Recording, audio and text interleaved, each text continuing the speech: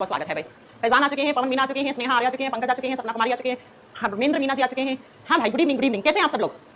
Ma'am आज 1 से 2 में बायोलॉजी की क्लास नहीं हुई। हाँ बेटा, आज 1 से 2 में बायोलॉजी की क्लास नहीं हुई क्योंकि आज वो ट्विटर कैंपेन था ना, तो उस समय लाइव चल रही थी, तो उस समय उसकी वजह से नहीं हो पाई। हिमांशु कह रहे हैं मैम आपने आयरन नहीं पढ़ाया। बेटा ढंग से देखो, आयरन पे तो पूरी एक क्लास लिया हमने। एक बार हिमांशु ढंग से देखो previous classes, iron, calcium, sodium, है ना, मरकरी, सोना, चांदी, सारी धातु पढ़ाए हैं हमने। तो इसी के साथ हमारी मेटल्स कल की क्लास में खत्म हो गई थी। धातुएं जो थी वो हमारी खत्म हो गई है। आज हम नॉन मेटल स्टार्ट कर रहे हैं। नॉन मेटल्स जिसको हम अधातु कहते हैं, बेटा नाम से क्लियर है, जिनमें धातुओं के विपरीत गुण पाए जाएं, जो गुण जो प्रॉपर्टीज मेटल्स में होती हैं उनके विपरीत जो प्रॉपर्टीज रखता है उस एलिमेंट को, उस तत्व को हम नॉन मेटल कहते हैं, हम उसे अधातु कहते हैं, है ना। सबसे पहले हम बात करेंगे ये नॉन मेटल्स होती हैं, ये पीरियोडिक टेबल में किस साइड होती हैं, ठीक है। तो आइए जरा बात करते हैं सबसे पहले नॉन मेटल्स कहां होती हैं। तो ये आपका पीरियोडिक टेबल है, आवर्त सारणी है, जिसमें कुल 118 एलिमेंट्स, 118 तत्व होते हैं। और बेटा ये जो 118 तत्व होते हैं, इसमें राइट हैंड साइड में ये वाला हिस्सा है ना, ये दिख रहे हैं आपको लाइट ग्रीन से, ये सारे क्या हैं? ये सारे नॉन मेटल्स हैं, ये सारे अधातु हैं। इस कलर से जो दिख रहे हैं वो नॉन मेटल्स हैं, वो अधातु हैं। तो बच्चों पीरियोडिक टेबल में राइट हैंड साइड देखो, ऐसे मानता है केमिस्ट्री, ये राइट हैंड साइड है मेरा, तो दाहिनी दिशा में पीरियोडिक टेबल में नॉन मेटल्स पाए जाते हैं, अधातु पाए जाते हैं। जैसे आप देखो nitrogen, carbon, oxygen, chlorine, bromine, iodine, है ना, जैसे सल्फर, फास्फोरस, और ये सारी की सारी नोबल गैसेस, ये सारी की सारी उत्कृष्ट गैसेस, है ना। बच्चों क्या होता है जरा ध्यान से सुनो, नोबल गैसेस भी किसमें? सारी की सारी गैसेस होती है ना, वो हम नॉन मेटल्स में पढ़ते हैं। ये सारी हम बात करेंगे अभी। हम हैलोजन ग्रुप को याद करने की ट्रिक बता दो बेटा। वैसे तो मैं ये पीरियोडिक टेबल के चैप्टर पढ़ाऊंगी, लेकिन आपने अभी पूछा है तो बता देती हूं। कौन पूछ रहा है? श्रीनाथ पूछ रहे हैं। बेटा इसको याद करने की ट्रिक होती है, फिर कल बाहर आई आंटी, फिर से बनता है फ्लोरीन, कल से बनता है क्लोरीन, बाहर से ब्रोमीन, आई से आयोडीन, एटी से एस्टेटाइन बनता है, ठीक है। खैर ये हम आपको पीरियोडिक टेबल वाली क्लास में पढ़ाएंगे, डोंट वरी, अभी आप परेशान मत हो। चलो फिर स्टार्ट करते हैं नॉन मेटल्स, अधातु के बारे में पढ़ना। जो प्रॉपर्टीज मेटल्स में होती है उसके विपरीत प्रॉपर्टीज, उसके विपरीत गुण रखने वाले एलिमेंट को, तत्व को हम नॉन मेटल्स कहते हैं। बच्चों नॉन मेटल्स ऐसे एलिमेंट्स होते हैं जो क्या करते हैं, जो आप बताओगे इलेक्ट्रॉन को अपनी तरफ अट्रैक्ट करते हैं, अपनी तरफ खींचते हैं। तो ऐसा कोई भी एलिमेंट जिसके अंदर किसकी टेंडेंसी पाई जाए? Tendency to gain electron. बच्चों आपको मैंने इतना सारा पढ़ाया है, क्या मैंने इतना सारा पढ़ाया आपको मेटल्स, और मेटल्स जब मैंने पढ़ाया था तो सबसे पहला पॉइंट क्या लिखवाया था? मेटल्स वो एलिमेंट्स होते हैं जो इलेक्ट्रोपॉजिटिव होते हैं, जो इलेक्ट्रॉन को त्याग दें, अपने अंदर से इलेक्ट्रॉन को रिलीज कर दें, उसे हम मेटल कहते हैं। और जो इस रिलीज किए हुए इलेक्ट्रॉन को ले लें, जो इलेक्ट्रॉन को गेन कर ले, गेन का मतलब होता है लेना, जो इलेक्ट्रॉन अपनी तरफ खींच ले, इलेक्ट्रॉन को अपने पास प्राप्त कर ले, इलेक्ट्रॉन को अपनी तरफ अट्रैक्ट करता है, खींचता है, उस एलिमेंट को हम क्या कहते हैं? उसको हम नॉन मेटल्स कहते हैं, उसको हम अधातु कहते हैं। तो ऐसे तत्व है जो इलेक्ट्रॉन को लेते हैं, जो क्या करते हैं? इलेक्ट्रॉन को लेते हैं, इलेक्ट्रॉन को लेते हैं, उनको हम क्या बोलते हैं? उनको हम नॉन मेटल्स बोलते हैं। अच्छा इलेक्ट्रॉन कौन लेगा? जिसके पास इलेक्ट्रॉन की कमी होगी। इसीलिए हम कहते हैं नॉन मेटल्स जो होते हैं वो इलेक्ट्रॉन को लेकर कौन से आयन बनाते हैं? ये अनायन बनाते हैं, ऋणायन बनाते हैं। ऋण ले लिया, अब ऋण कौन लेता है? हम बैंक से लोन लेते हैं, पैसा लेते हैं, तो हमारे पास पैसे की कमी होती है तो हम ऋण लेते हैं, है ना। ठीक ऐसे ही ऐसे एलिमेंट्स जिनके पास इलेक्ट्रॉन की कमी होती है, ये इलेक्ट्रॉन डेफिशिएंट एलिमेंट्स होते हैं। जिन तत्वों के पास इलेक्ट्रॉन की कमी होती है वो इलेक्ट्रॉन को ले लेते हैं, इलेक्ट्रॉन लेकर, इलेक्ट्रॉन को रिसीव करके अपने ऊपर कौन सा आप बताओगे? एनायन फॉर्म करते हैं, ऋणायन बनाते हैं, उनको हम क्या कहते हैं? उनको हम नॉन मेटल्स कहते हैं, उन्हें हम अधातु कहते हैं। तो बच्चों जैसे मेटल्स इलेक्ट्रोपॉजिटिव एलिमेंट्स होते हैं, वैसे आप बताओगे नॉन मेटल्स होते हैं, they are electronegative elements, they are electronegative elements.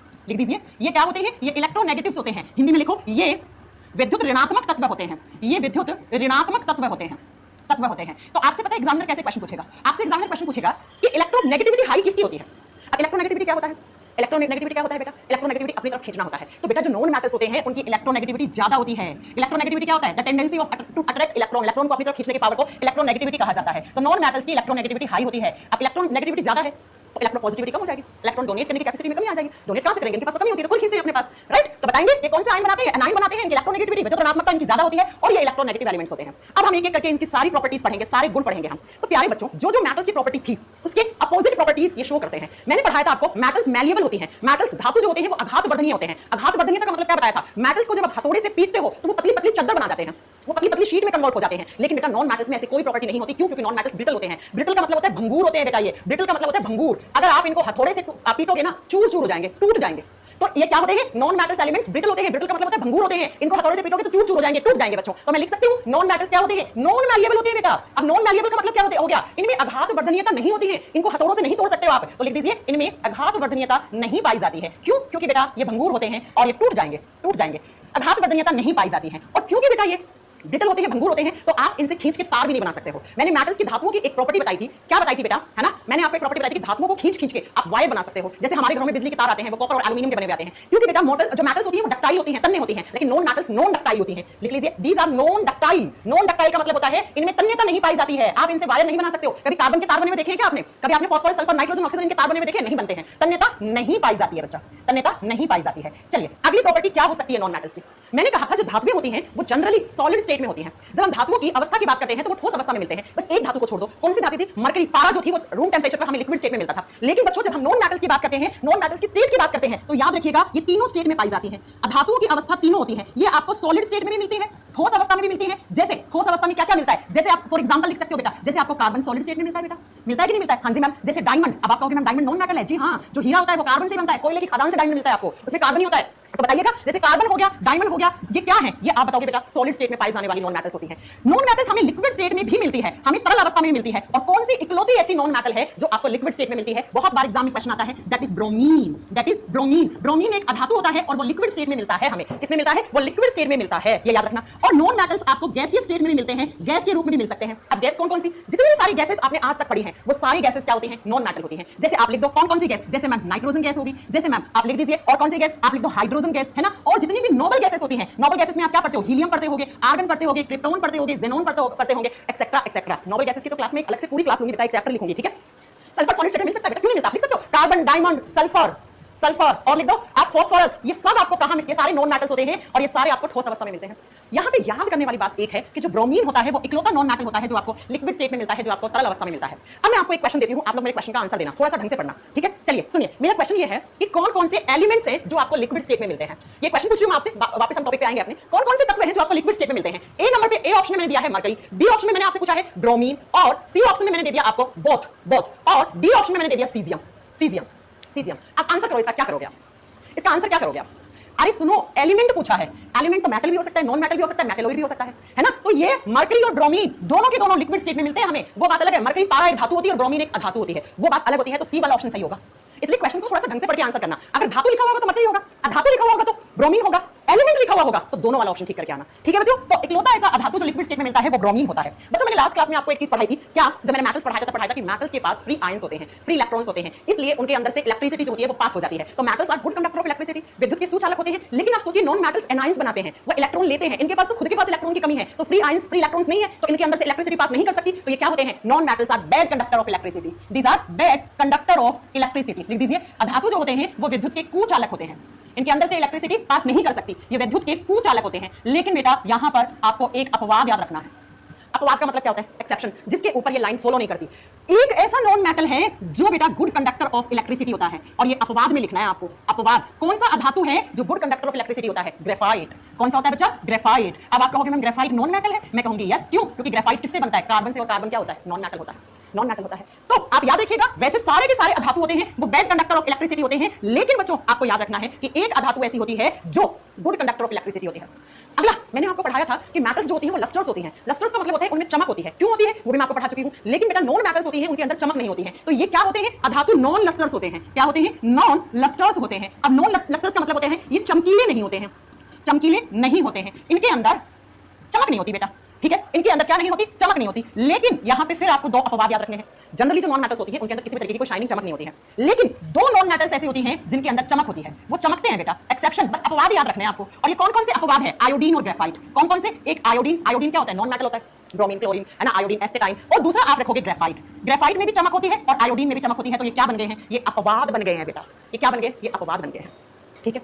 Diamond में भी चमक होती है, डायमंड में भी शाइनिंग होती है। अब वो भी लिख सकते हो जी, बिल्कुल लिख सकते हो, लिख लो। डायमंड में भी चमक, डायमंड से ज्यादा कोई चमक ही नहीं सकता बेटा, ठीक है। तो आप ये भी लिख सकते हो, डायमंड में चमक होती है, ग्रेफाइट में चमक होती है, आयोडीन में चमक होती है। वैसे जनरली आप बताओगे नॉन मेटल्स के अंदर किसी भी तरीके की चमक नहीं होती है। अगला, नॉन मेटल्स जो होते हैं उनके melting point and boiling point low होते हैं। मेल्टिंग पॉइंट को हिंदी में बोलते हैं गलनांक बिंदु, और बॉइलिंग पॉइंट को बोलते हैं हम क्वथनांक बिंदु। जनरली जो नॉन मेटल्स होते हैं उनके मेल्टिंग पॉइंट और बॉइलिंग पॉइंट दोनों ही क्या होते हैं? लो होते हैं बेटा, यानी कम होते हैं। जबकि बच्चों आप याद रखोगे डायमंड, डायमंड का तो मेल्टिंग पॉइंट आप जानते हैं हार्ड है ना। तो नेक्स्ट लिखिए कि मेल्टिंग पॉइंट और बॉइलिंग पॉइंट कम होते हैं, लेकिन इस लाइन का अपवाद फिर से बन गया एक्सेप्शन। एक्सेप्शन का मतलब है अपवाद, जिस पर ये लाइन लागू नहीं होती। किस किस पे लागू नहीं होती? आप लिखोगे कार्बन, कार्बन का मेल्टिंग पॉइंट नॉन मेटल्स के हिसाब से ज्यादा होता है। आप लिखोगे ग्रेफाइट, ग्रेफाइट, ये सब पढ़ेंगे हम, कार्बन, ग्रेफाइट, डायमंड सब आगे पढ़ेंगे बेटा, सारा आ जाएगा, ठीक है। तो इन तीनों के मेल्टिंग और बॉइलिंग पॉइंट हाई होते हैं, तो ये अपवाद में आ जाएंगे, हमें अपवाद के तौर पे याद रखने हैं। आगे बात समझ में? जी मैम। चलो अब अगला पॉइंट सुनो, नेक्स्ट पॉइंट स्टार करके लिखना। अगला पॉइंट जो आपकी मैम लिख रही है, इसे क्वेश्चन एग्जाम में आते ही आते हैं। सुनिए, नॉन मेटल्स के जो ऑक्साइड होते हैं वो किस नेचर के होते हैं? नॉन मेटल्स के जो ऑक्साइड होते हैं वो आप बताओगे बेटा किस नेचर के होते हैं? एसिडिक नेचर के होते हैं। अब पहले याद करो, मैंने बताया था मेटल्स होते हैं, धातु होते हैं, उनके ऑक्साइड किस नेचर के होते हैं? बेसिक नेचर के, जैसे magnesium hydroxide, calcium hydroxide, potassium hydroxide, sodium hydroxide, है ना। जबकि बच्चों आपको याद रखने हैं कि नॉन मेटल्स के जो ऑक्साइड होते हैं वो किस नेचर के होते हैं? या तो वो मिलेंगे आपको एसिडिक नेचर के, एसिडिक का मतलब होता है अम्लीय प्रकृति के, या वो आपको मिलेंगे न्यूट्रल, या आपको वो क्या मिलेंगे? न्यूट्रल मिलेंगे। न्यूट्रल का मतलब होता है उदासीन, उदासीन का मतलब है ना ही वो एसिड की तरह व्यवहार करेंगे ना ही वो बेस की तरह व्यवहार करेंगे, वो अम्लीय और क्षारीय दोनों ही माध्यम में न्यूट्रल रहेंगे बेटा। अब इनके एग्जांपल सुनिए, जैसे कौन कौन से नॉन मेटल्स के ऑक्साइड्स हैं जो एसिडिक नेचर के होते हैं? जैसे कार्बन डाइऑक्साइड, ऑक्साइड समझते हो ना, कार्बन की ऑक्सीजन से रिएक्शन करवाई तो कार्बन डाइऑक्साइड बन गया, तो ये ऑक्साइड है किसका, कार्बन का। कार्बन क्या है, नॉन मेटल है। जैसे आप लिखोगे सल्फर डाइऑक्साइड, जैसे नाइट्रोजन डाइऑक्साइड, ये तीनों किस नेचर के होते हैं, ये तीनों एसिडिक नेचर के होते हैं। इन तीनों की प्रॉपर्टी कैसी होती है बेटा, ये नेचर से, प्रकृति से अम्लीय होते हैं। जबकि बच्चों आपसे पूछ ले न्यूट्रल कौन कौन से नॉन मेटल्स के ऑक्साइड कौन कौन से होते हैं न्यूट्रल, कार्बन मोनोऑक्साइड, CO किसका फार्मूला होता है, कार्बन मोनोऑक्साइड का फार्मूला होता है। अगर आपसे पूछ ले कार्बन मोनोऑक्साइड के बाद दूसरा आपको याद रखना है नाइट्रस ऑक्साइड N2O, और एक और याद रखना है नाइट्रिक ऑक्साइड। अब जिसका फुल फॉर्म नहीं पता है वो लिख लीजिए, सुनो बहुत ध्यान से सुनो। ये है नाइट्रोजन डाइऑक्साइड, ठीक है, ये है नाइट्रस ऑक्साइड, इसी को कहते हैं आप लाफिंग गैस। इसको सूंघ लेते हो तो आपको हंसी आती है बेटा, इसी का दूसरा नाम होता है लाफिंग गैस, हंसने वाली, हंसाने वाली गैस होती है बेटा ये। और NO क्या होता है, NO होता है नाइट्रिक ऑक्साइड, ठीक है। इसका फुल फॉर्म क्या होता है, इसका फुल फॉर्म होता है नाइट्रिक ऑक्साइड। तो एग्जामिनर आपसे पूछेगा कौन से एलिमेंट्स के ऑक्साइड या तो एसिडिक मिलते हैं या न्यूट्रल मिलते हैं। तो एसिडिक जैसे कार्बन डाइऑक्साइड, जैसे सल्फर डाइऑक्साइड, जैसे नाइट्रोजन डाइऑक्साइड, एक्सेट्रा एक्सेट्रा। जबकि बेटा carbon monoxide, nitrous oxide, nitric oxide, ये न्यूट्रल ऑक्साइड्स होते हैं, ये उदासीन ऑक्साइड होते हैं। उदासीन का मतलब है ना ये अम्लीय प्रकृति के होते हैं, ना ही क्षारीय प्रकृति के होते हैं। आयोडीन का कलर कैसा होता है, ना भी दिखाएंगे आपको। क्या मेरी बात समझ में आई, हाँ जी मैम। नाइट्रस ऑक्साइड का दूसरा नाम होता है हास्य गैस, सूंघ लोगे तो हंसी आती है आपको। तो ये वाला पॉइंट आपको अच्छे से नोट डाउन करना है, ये एग्जाम में क्वेश्चन आता है। एग्जाम में पूछेगा कार्बन डाइऑक्साइड प्रकृति से कैसी है, एसिडिक है, इसलिए तो CO2 H2O से रिएक्ट करके H2CO3 कार्बनिक एसिड बना देता है। सल्फर डाइऑक्साइड पानी से रिएक्ट करेगा तो H2SO4 एसिड बना देता है। NO2 H2O से रिएक्ट करेगा तो क्या बना देता है, HNO3 नाइट्रिक एसिड बना देता है। इसलिए तो ये नेचर से एसिडिक है, इनको पानी मिलते ही क्या कर लेता है, ये तीनों एसिड में कन्वर्ट हो जाते हैं बेटा। ठीक है, बात समझ में आ गई जी, हाँ ठीक है। अब मैं आपको 2 पॉइंट लिखवा रही हूं, जिसमें से पहला जो पॉइंट लिखवा रही हूं वो इसी साल ALP CBT 1 का पेपर हुआ था, उसमें क्वेश्चन पूछा था। बच्चों एग्जाम में क्वेश्चन पूछा था कि कौन सा पदार्थ नेचुरली हार्डेस्ट सब्सटेंस है जो हमें नेचर ने दिया है और सबसे कठोर है, डायमंड। डायमंड से ज्यादा कुछ कठोर नहीं होता है बेटा। कोबाल्ट को CO लिखते हैं, उसमें C और छोटा होता है बेटा बिहारी बाबू, जबकि कार्बन मोनोऑक्साइड में CO दोनों डबल बड़े लिखते हैं। ठीक है, चलो सुनिए, क्या पहला पॉइंट लिखना है आपको जो ALP CBT 1 के पेपर में भी पूछा है क्वेश्चन, क्या आपको लिखना है, diamond is the natural hardest substance, is the natural hardest substance. Hardest matter लिख लो या सब्सटेंस लिख लो, हिंदी में लिखो। डायमंड या हीरा प्राकृतिक सबसे कठोर पदार्थ है, हीरा प्राकृतिक सबसे कठोर पदार्थ है बेटा। डायमंड से हार्ड ऐसा कोई चीज नहीं है जो हमें नेचर ने दिया है। हीरा प्राकृतिक सबसे कठोर पदार्थ होता है। मैं आके आपको पढ़ाऊंगी, जब डायमंड के बारे में पढ़ाऊंगी ना तो मैं बताऊंगी डायमंड ना एक ब्लैक डायमंड होता है जो चट्टान काटने का काम करता है, पर्वत काटने का, हिमालय काटने का काम करता है। अब एक बच्चा कह रहा है सबसे हार्ड तो प्लैटिनम होता है, platinum is the matter, platinum से भी कहीं गुना ज्यादा डायमंड हार्ड होता है बेटा। ठीक है, चलो अगला क्वेश्चन। नेक्स्ट आपसे पूछता है जितने भी नॉन मेटल्स होते हैं उसमें सबसे ज्यादा रिएक्टिव कौन सा होता है, fluorine, chlorine, bromine, iodine, carbon, nitrogen, oxygen, इनमें सबसे ज्यादा रिएक्टिव कौन होता है, तो लिखना है फ्लोरीन। फ्लोरीन जिसका सिंबल F होता है, fluorine is the most reactive non metals, is the most reactive non metal. लिखो फ्लोरीन सबसे ज्यादा क्रियाशील अधातु है। अच्छा, सबसे क्रियाशील धातु पूछे तो कौन सी बताई थी आपकी मैम ने रिएक्टिविटी सीरीज में सबसे ऊपर कौन था ना, आपका सोडियम, नाट्रियम और कैलियम, पोटेशियम। सोडियम और पोटेशियम जो होते हैं वो दोनों हाईली रिएक्टिव मेटल्स होते हैं। अब नॉन मेटल पूछे तो आपको क्या लिखना है, लिखना है fluorine is the most reactive non metal. Hindi में सेम लिख लो, फ्लोरीन सबसे अधिक क्रियाशील अधातु है, सबसे अधिक क्रियाशील धातु है बेटा, अधातु है। ठीक है, अधिक क्रियाशील अधातु है, अधातु है। नॉन मेटल में सबसे ज्यादा रिएक्टिव फ्लोरीन होता है बच्चों। ठीक है, तो आप नॉन मेटल किसको बोलोगे। अब आइए जरा मैं आपको सारी प्रॉपर्टीज गिनवा दूं कि नॉन मेटल के अंदर क्या क्या प्रॉपर्टी होना चाहिए। देखो हमारी पीरियोडिक टेबल में ऐसे एलिमेंट्स जो इलेक्ट्रॉन को गेन करते हैं, इलेक्ट्रॉन को अपनी तरफ खींचते हैं, इनके पास इलेक्ट्रॉन की कमी होती है तो ये इलेक्ट्रॉन लेकर अपने ऊपर एनाइन फॉर्म करते हैं, ऋणायन बनाते हैं। These are electronegative elements. ये विद्युत के ऋणात्मक तत्व होते हैं, उन्हें हम क्या बोलते हैं, नॉन मेटल्स कहते हैं, अधातु कहते हैं। ये बेटा ब्रिटल होते हैं, भंगुर होते हैं, इनको हथौड़ों से पीटोगे या खींचोगे तो ये टूट जाते हैं, चूर हो जाते हैं। इसलिए इनमें तन्यता नहीं होती और इनमें आघातवर्धनीयता नहीं होती है। नॉन मेटल्स तीनों अवस्थाओं में पाई जाती है, जैसे ठोस अवस्था में पाई जाने वाली अधातु कार्बन हो गया, डायमंड हो गया, सल्फर हो गया, फास्फोरस हो गया। लिक्विड स्टेट में पाए जाने वाला नॉन मेटल इकलौता है जिसको हम ब्रोमीन कहते हैं। गैसीय स्टेट में जितनी भी सारी गैसें आपने आज तक सुनी है वो सारी गैसें कहां आती हैं, वो नॉन मेटल्स की कैटेगरी में आती हैं। अगला नॉन मेटल्स होती है, उनके पास फ्री आयंस नहीं होते हैं, फ्री इलेक्ट्रॉन्स नहीं होते हैं, इसलिए इनके अंदर से इलेक्ट्रिसिटी पास नहीं कर सकती है। तो ये क्या होते हैं, ये बैड कंडक्टर ऑफ इलेक्ट्रिसिटी होते हैं। लेकिन ग्रेफाइट के पास एक मुक्त इलेक्ट्रॉन होता है, उसके पास फ्री आयंस होते हैं। आगे पढ़ाएंगे आपको ग्रेफाइट के स्ट्रक्चर में। तो 4 इलेक्ट्रॉन होते हैं, लेकिन 4 में से 3 बॉन्ड बना लेते हैं, एक रह जाता है, जिसकी वजह से graphite is a good conductor of electricity. धातुएं जो होते हैं वो धातुएं हमेशा लस्टर्स होती हैं, जबकि अधातुएं हमेशा नॉन लस्टर्स होती हैं, इनमें चमक नहीं होती है। लेकिन आयोडीन चमकता है, ग्रेफाइट चमकता है, डायमंड तो बहुत ज्यादा चमकता है। अधातुओं के मेल्टिंग पॉइंट, बॉइलिंग पॉइंट कम होते हैं धातुओं के मुकाबले में, लेकिन यहाँ पे अपवाद है कार्बन, डायमंड और ग्रेफाइट। नॉन मेटल्स के जो ऑक्साइड्स होते हैं वो या तो अम्लीय प्रकृति के होंगे या फिर वो उदासीन प्रकृति के होंगे। नॉन मेटल सारे के सारे मैटर में पदार्थ में देखें तो नेचर ने हमें सबसे कठोर पदार्थ क्या दिया है, डायमंड दिया है। जितनी भी सारी नॉन मेटल्स होती हैं उसमें सबसे ज्यादा रिएक्टिव नॉन मेटल होता है, वो कौन सा होता है बेटा, वो फ्लोरीन होता है। वो कौन सा होता है, फ्लोरीन होता है। ठीक है ना।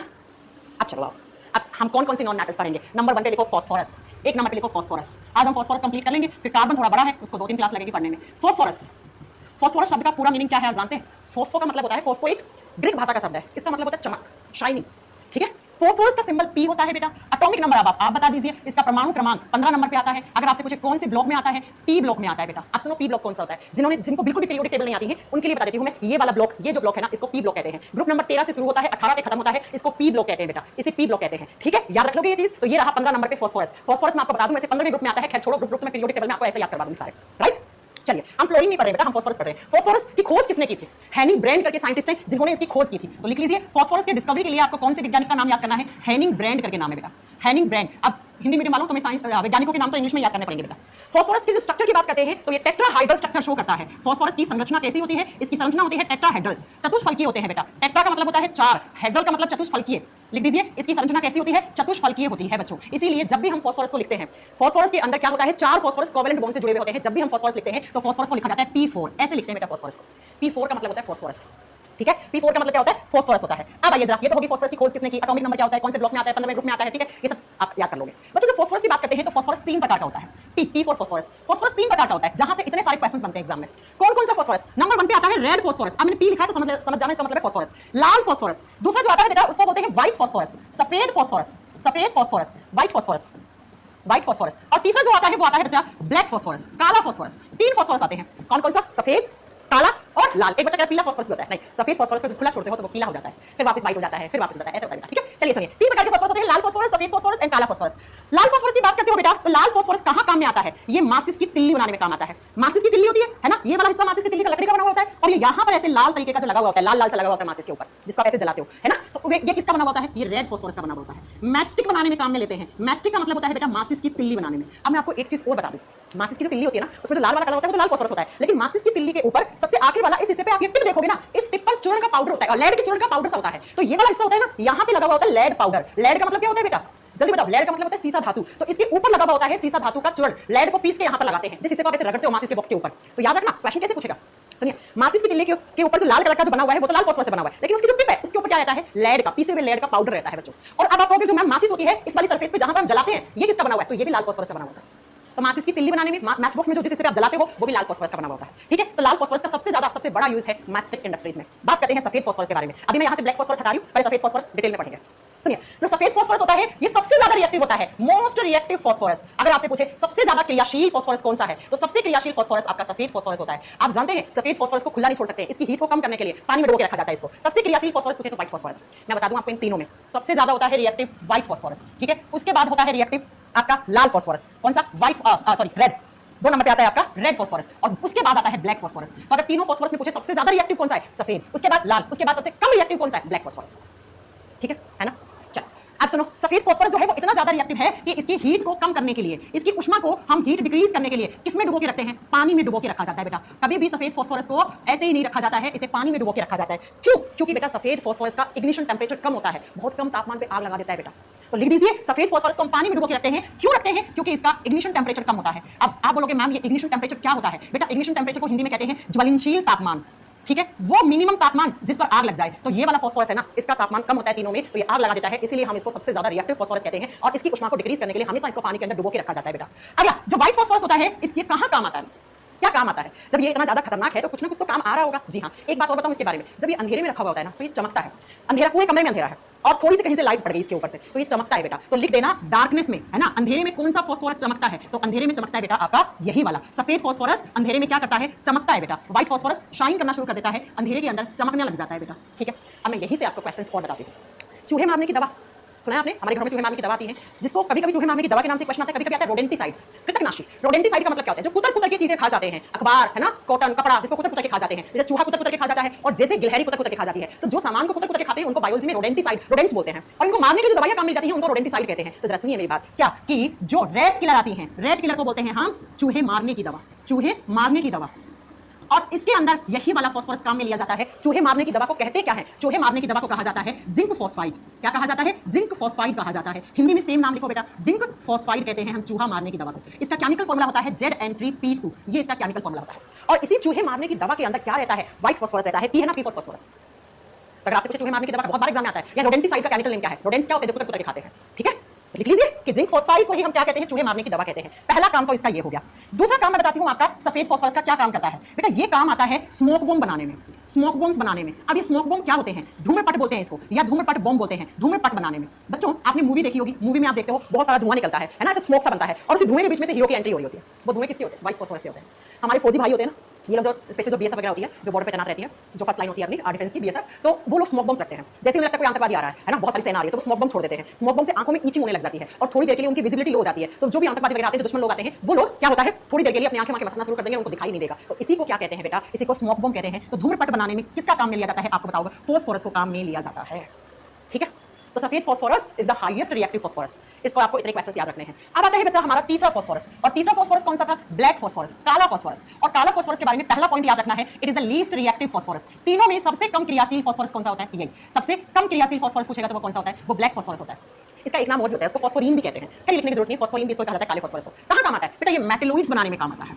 ये मेटलोइड्स बनाने में काम आता है। मेटलोइड सेमीकंडक्टर्स, अर्धचालक, उपधातु बनाने में, सेमीकंडक्टर्स बनाने में काम आता है। मेटलोइड्स क्या होते हैं, जिनमें मेटल नॉन मेटल दोनों की प्रॉपर्टी होती है, उसको मेटलोइड कहते हैं, है ना। तो वही सेमी, आप लिख सकते हो ये सेमीकंडक्टर्स बनाने में काम आता है। तो ये नॉन मेटल की प्रॉपर्टी देगा, फॉस्फोरस नॉन मेटल है ना। तो आप लिख सकते हो अर्धचालक बनाने में, ऐसे भी लिख सकते हैं, सेमीकंडक्टर्स बनाने में, अर्धचालक बनाने में काला फॉस्फोरस काम में लिया जाता है। ठीक है बच्चों, चले तो तीन फॉस्फोरस, लाल, सफेद, काला। फॉस्फोरस का फॉर्मूला पूछे तो वैसे पता है जनरली ना सबसे ज्यादा व्हाइट फॉस्फोरस काम में लिया जाता है। तो व्हाइट फॉस्फोरस को ही P4 के नाम से दिखाया जाता है। तो कभी आ जाएगा एग्जाम में कि P4 किसका फॉर्मूला है, तो सफेद फॉस्फोरस को तो सही करके आ जाना। सफेद फॉस्फोरस को P4 से रिप्रेजेंट किया जाता है। अब आओ मैं फॉस्फोरस से बनने वाले और क्वेश्चंस करवाऊंगा। आप में से सभी बच्चों ने जुगनू देखा है। जुगनू क्या होता है, रात में चमकता है। जुगनू को इंग्लिश में कहते हैं फायरफ्लाई।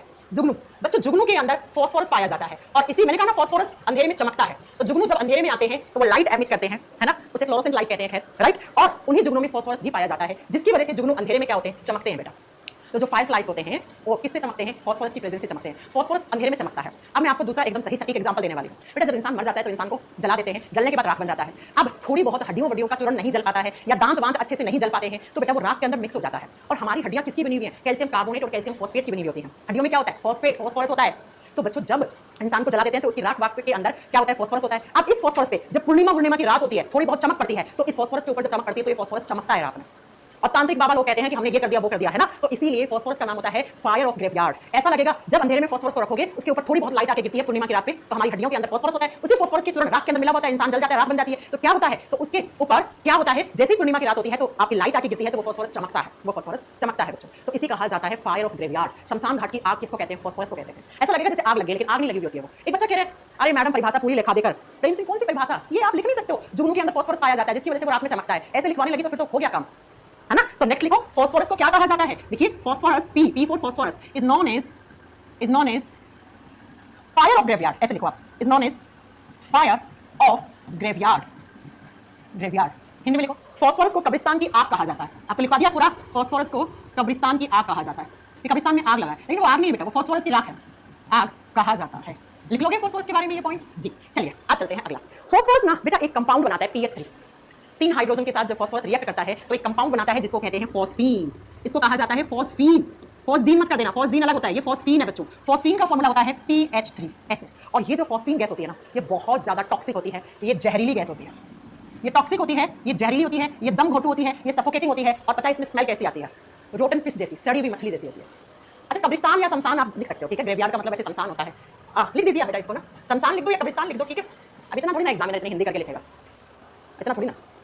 चलिए नेक्स्ट आप लिखोगे कि ये जो फॉस्फीन होती है ये जहरीली होती है, और इसमें कैसी स्मेल आती है, सड़ी हुई मछली जैसी, रोटन फिश जैसी। हिंदी में लिखो सड़ी हुई मछली जैसी बदबू होती है इसके अंदर। मैं इसलिए लिखवा रही हूँ ये पॉइंट क्योंकि बेटा एग्जाम में आता है कि सड़ी हुई मछली जैसी बदबू किसमें आती है, सड़े हुए अंडे जैसी बदबू हाइड्रोजन सल्फाइड में आती है, ठीक है। तो लिखिए फॉस्फीन जिसका फॉर्मूला PH3 होता है, ये कंपाउंड किसका है, फॉस्फोरस से बना हुआ है, और उसके अंदर कैसी स्मेल होती है, सड़ी हुई, आप बताओगे मछली जैसी होती है। अगला बच्चों नेक्स्ट पॉइंट सुनो बच्चों, जो व्हाइट फॉस्फोरस होता है, जो सफेद फॉस्फोरस होता है, ये इसको अगर आप गर्म कर दो, हीट दे दो, इसका टेम्परेचर बढ़ा दो, इसे गर्म कर दो, हीट दे दो, तो सफेद फॉस्फोरस जो है वो लाल फॉस्फोरस में बदल जाता है। ये रेलवे के एग्जाम का पूछा हुआ क्वेश्चन, बहुत शानदार क्वेश्चन। सफेद फॉस्फोरस को जब आप गर्म करते हो, इसे हीट दे देते हो, तो सफेद फॉस्फोरस कौन से फॉस्फोरस में बदल जाता है, लाल फॉस्फोरस में बदल जाता है। और आपको एक बात बताऊं, सबसे ज्यादा सफेद फॉस्फोरस ही होता है, सफेद से ही लाल बनाया जाता है, सफेद से ही लाल बनाया जाता है। अगला जैसे बच्चे ने पूछा ना पीला फॉस्फोरस भी होता है क्या, नहीं बेटा, जब आप सफेद फॉस्फोरस को खुला छोड़ देते हो, है ना, खुला छोड़ दिया, मैंने कहा ना इसको तो हमेशा पानी में डुबो के रखते हैं। व्हाइट फॉस्फोरस, व्हाइट पी का मतलब फॉस्फोरस है, इसको आपने ओपन छोड़ दिया, खुला छोड़ दिया, हवा के कांटेक्ट में आ गया, तो ये पीले कलर में बदल जाता है। लेकिन इसको बस दिखने में पीला होता है, इसलिए लोग बोल देते हैं येलो फॉस्फोरस है, लेकिन येलो फॉस्फोरस है नहीं, ये सफेद फॉस्फोरस है। तो ये दोनों क्वेश्चंस और फॉस्फोरस से याद रखना है। क्या क्या क्वेश्चंस याद रखोगे फॉस्फोरस से? फॉस्फोरस जो होता है उसकी खोज किसने की थी, उसका एटॉमिक नंबर क्या होता है, उसका केमिकल फॉर्मूला क्या होता है, फॉस्फोरस कितने प्रकार का होता है ना। मैं फॉस्फोरस बम में कौन सा व्हाइट फॉस्फोरस का मैंने लिखा हुआ है स्मोक बम, ये रहा, इसी को फॉस्फोरस बम कहते हैं बेटा, इसी को फॉस्फोरस बम कहते हैं। ठीक है, 3 प्रकार का फॉस्फोरस होता है, सबसे ज्यादा रिएक्टिव कौन सा है, सबसे कम रिएक्टिव कौन सा है, माचिस की तिल्ली और माचिस के डिब्बे के ऊपर जो लगा हुआ होता है वो कौन सा फॉस्फोरस होता है, आपसे पूछेगा चूहे मारने की दवा में कौन सा फॉस्फोरस काम में लिया जाता है, और आपसे पूछेगा एग्जाम में कि जुगनू के अंदर लाइट निकलती है अंधेरे में, वो किसकी प्रेजेंस है, उसके अंदर फॉस्फोरस की मात्रा ज्यादा होती है इसलिए चमकता है वो। नेक्स्ट आप बताओगे बेटा फॉस्फोरस को हम कब्रिस्तान या शमशान घाट की आग कहते हैं, क्योंकि हमारी हड्डियों के चूर्ण के अंदर फॉस्फोरस होता है, और जब उस चूर्ण के अंदर राख मिक्स होती है और पूर्णिमा की रात में जब थोड़ा बहुत रोशनी पड़ता है उसके ऊपर तो उसमें आग सी लगती है, ऐसा लग रहा है आग लग गई है शमशान घाट में, लेकिन वो आग होती नहीं है, वो एक्चुअली फॉस्फोरस चमक रहा होता है आग जैसे कलर में। नेक्स्ट आपको याद रखना है फॉस्फोरस का कंपाउंड होता है फॉस्फीन, जो जहरीला होता है और उसमें सड़ी हुई मछली जैसी स्मेल आती है, इसको आप सूंघोगे बहुत देर तक, मैं कमरा बंद कर दूं आपको फॉस्फीन सुंघा दूं, आप थोड़ी कम से कम 15 से 20 मिनट के बाद आप मर जाओगे, दम घोट देता है, विंड पाइप को फाड़ देता है आपकी। व्हाइट फॉस्फोरस होता है उसको गर्म करते हो तो वो लाल फॉस्फोरस में बदल जाता है, और सफेद फॉस्फोरस को खुला छोड़ते हो तो वो पीला बन जाता है, लेकिन ये पीला फॉस्फोरस होता नहीं है, फिर वापस उसको बंद करते हो तो वापस सफेद कलर में कन्वर्ट हो जाता है। मैम पबजी में होता है स्मोक बॉम्ब, अच्छा मुझे नहीं पता, मैंने कभी पबजी खेला नहीं है बेटा। ठीक है बच्चों, तो ये आपके फॉस्फोरस से बनने वाले क्वेश्चंस नॉन मेटल में अब हम नेक्स्ट क्लास में करेंगे कार्बन चैप्टर, है ना। MD Imran Khan, thank you बेटा, थैंक यू सो मच, ऐसे ही बच्चों से मुझे प्यार है अलग लेवल का, है ना। अच्छा कह रहा मैं पढ़ाती हूँ तो मैं बिल्कुल कमेंट नहीं करता हूँ, लेकिन आप अच्छा पढ़ाती हो, अच्छा कंटेंट देते हो, इतना हमने कभी कंटेंट नहीं पढ़ा है। Thank you so much MD Imran, Mohammad Imran. ठीक है, नेक्स्ट क्लास में हम पढ़ेंगे कार्बन। अब देखो हम क्या क्या पढ़ेंगे, एक चैप्टर होता है आपका कार्बन एंड इट्स कंपाउंड, क्योंकि कार्बन नॉन मेटल मैं यहाँ पढ़ा दूंगी तो वो चैप्टर यहाँ आ गया। ठीक है, आगे बात समझ में, तो हम कार्बन पढ़ेंगे, अभी नोबल गैसेस पढ़ेंगे, हम हाइड्रोजन पढ़ेंगे, हाइड्रोजन से बनने वाले क्वेश्चंस करेंगे सारे, जो बचा है मैं सब पढ़ाऊंगी, आयोडीन से क्या क्या क्वेश्चन आता है वो भी पढ़ाऊंगी आपको, डोंट वरी सब बताएंगे। हाइड्रोजन पेरोक्साइड क्या होता है, H2O2 होता है बेटा, H2O2 इसको हाइड्रोजन पेरोक्साइड कहते हैं, पता है कहाँ काम आता है, आपको चोट वोट लग जाती है, घाव पड़ जाता है तो डॉक्टर के पास जाते हो, डॉक्टर घाव को साफ करता है, वो किससे करता है, हाइड्रोजन पेरोक्साइड से करता है, हाइड्रोजन पेरोक्साइड से करता है वो, वुंड क्लीनिंग एजेंट बोलते हैं इसको, घाव को साफ करने वाला एजेंट कहते हैं बेटा। नहीं बेटा प्रिंस कुमार आप यहीं से पढ़ लो, आपको अलग से बैच लेने की कोई जरूरत नहीं है, फालतू के 10 बैच लेने के लिए कौन बोलता है आपको, मेरे मुंह से कभी नहीं सुनते ये बैच लो वो बैच लो, मैं कहती हूं एक ही बार बैच में साइंस पढ़ो लेकिन अच्छे से पढ़ो, राइट। मैम हैशटैग गायब हो गया है, हां अभी मैं देखूंगी, मैं पिछले 2 घंटे से मैं देख नहीं पाई क्या चल रहा है ट्विटर पे, अभी देखूंगी बेटा जाके। ठीक है बच्चों, तो नेक्स्ट क्लास में मिलेंगे, तब तक के लिए bye bye, take care, thank you so much.